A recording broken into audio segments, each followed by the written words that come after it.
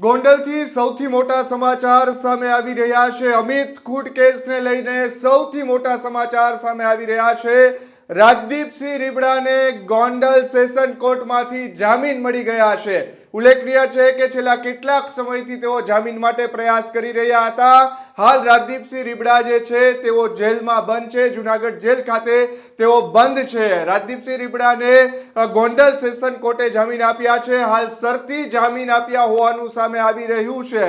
છેલ્લા કેટલાક સમયથી રાજદીપસિંહ રીબડા જે છે તેમને હાઈકોર્ટની અંદર પણ આગોતરા જામીન માટે અરજી કરી હતી। જ્યારથી આ ઘટના અમિત ખૂટ કેસની જે ઘટના બની છે તેમાં તેઓ ફરાર પણ રહ્યા હતા, ત્યારબાદ તેઓ જ્યારે ગોંડલ પોલીસ સમક્ષ પણ હાજર થયા હતા અને તેમને જુનાગઢ જેલ હવાલે મોકલવામાં આવ્યા હતા અને તેમણે જામીન માટે ગોંડલ સેશન કોર્ટમાં અરજી કરી હતી અને આ જામીન આખરે મંજૂર થયા હોવાનું સામે આવ્યું છે। એટલે કે સૌથી મોટા સમાચાર માનવામાં આવી રહ્યા છે। રાજદીપસિંહ રીબડા અને અનિરુદ્ધસિંહ સામે અમિત ખૂટ જે કેસ છે તેમને લઈને તેમની સામે ફરિયાદ નોંધાઈ હતી અને છેલ્લા કેટલાક દિવસથી અનિરુદ્ધસિંહ રીબડા અને રાજદીપસિંહ રીબડા છે તેઓ જેલની અંદર બંધ છે। સમગ્ર મામલે વાતચીત કરવા માટે આપણી સાથે પત્રકાર અનિરુદ્ધ નકુમ જોડાયા છે, તેમની સાથે સીધી વાત કરીશું। અનિરુદ્ધ, કઈ રીતે જોઈ રહ્યા છો? સૌથી મોટા સમાચાર માનવામાં આવી રહ્યા છે કારણ કે છેલ્લા કેટલાક સમયથી અનિરુદ્ધસિંહ જાડેજા અને રાજદીપસિંહ રીબડા જે છે તે જામીન માટે મથી રહ્યા હતા અને આખરે રાજદીપસિંહ રીબડાને જામીન મળ્યા છે।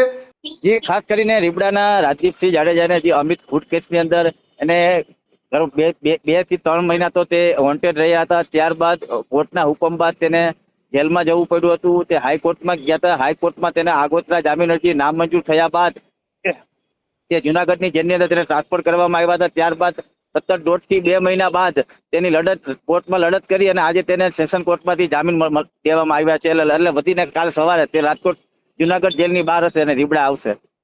બિલકુલ, આ કેસને અમિત ખૂટ કેસ જે બન્યો છે તેમને ઘણા સમયથી એ ચર્ચામાં છે જ્યારથી ઘટના બની છે। નિરુદ્ધસિંહ પણ જેલમાં છે અને એ જ જેલમાં રાજદીપસિંહ પણ હતા અને આખરે હવે રાજદીપસિંહ છે તેઓ જેલની બહાર આવશે।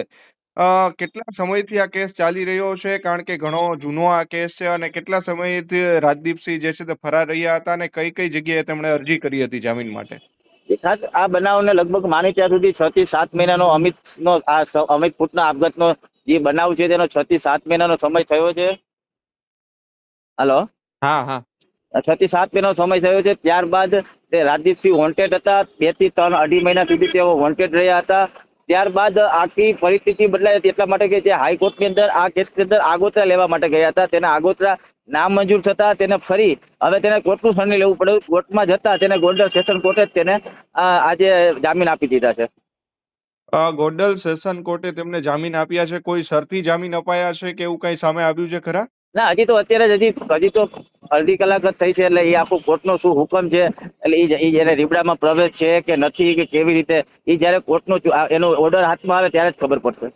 જી, ખૂબ ખૂબ આભાર।